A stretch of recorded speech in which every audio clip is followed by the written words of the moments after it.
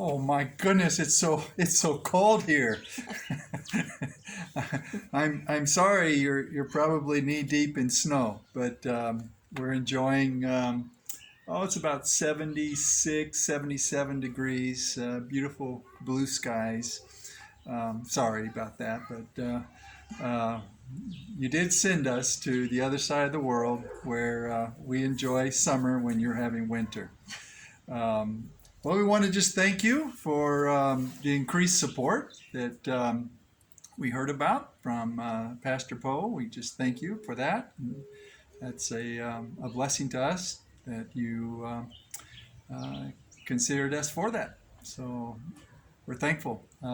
Just a brief update of what's going on here recently. We mentioned in our prayer update that we were going to have a men's retreat, and we were just really pleased the way it turned out. We had a smaller group than really what represents our church, but we're in the middle of vacation time, and there's still some restrictions with the COVID. But we had 7 men that pretty much just met all day long. We did some hiking up in the mountains here by where we live, and had some studies on Psalm 32. We we believe that it had an impact in these men's lives, and more than anything, it was just great to see them interact with one another. I mean, just any time getting together now is such a blessing since we've been in quarantine for so long. But Cleta recently got a new children's ministry going. It's virtual, online. She can tell you about that. Hi, everyone. Good to be with you this morning.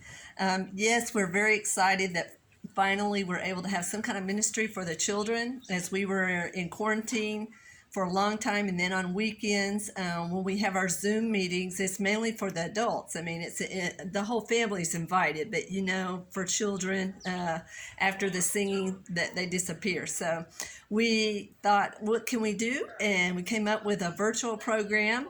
So we have 4 teachers that are rotating, and this just initiated 2 weeks ago, and they did a really good job. So basically, the kids will get a link on Friday from their teacher, and their teacher is recording herself teaching Bible truths, Bible lesson from the beginning of the Bible chronologically, and Christ-centered. So the gospel is going to be presented every week in a different way according to that Bible story.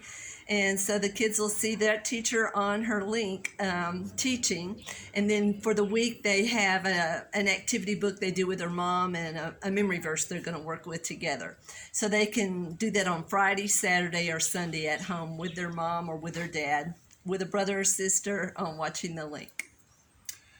We were eight months, I think we told you before, 8 months in quarantine, unable to meet as a church family. And then finally, the end of November, we were able to get back together in our outdoor services, and that only lasted 3 weeks. 3 Sundays. But this Sunday, you'd be praying for us. We're back to being together on the property, and we're just hoping our people will come out. And just in general, our people have responded really well to the pandemic, and just their desire to maintain church life in any way that is possible. So we've been encouraged by it. We've seen growth. We've seen just even a growth in our fellowship, in knowing one another. Seems crazy, but that's been our experience the last almost year now. So we appreciate your continued prayers, especially ask you to pray for the beginning of another semester of our Bible Institute this March.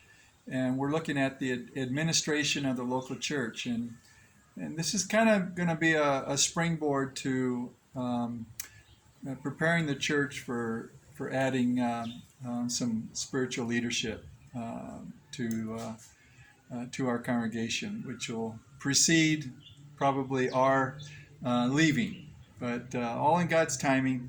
and we definitely need your prayers for that. So thank you very much, Calvary Baptist. We love you and hope to see you when we're visiting churches again. That will be in 2022. So Bye thank you. bye, and thank you for praying for the ministry here.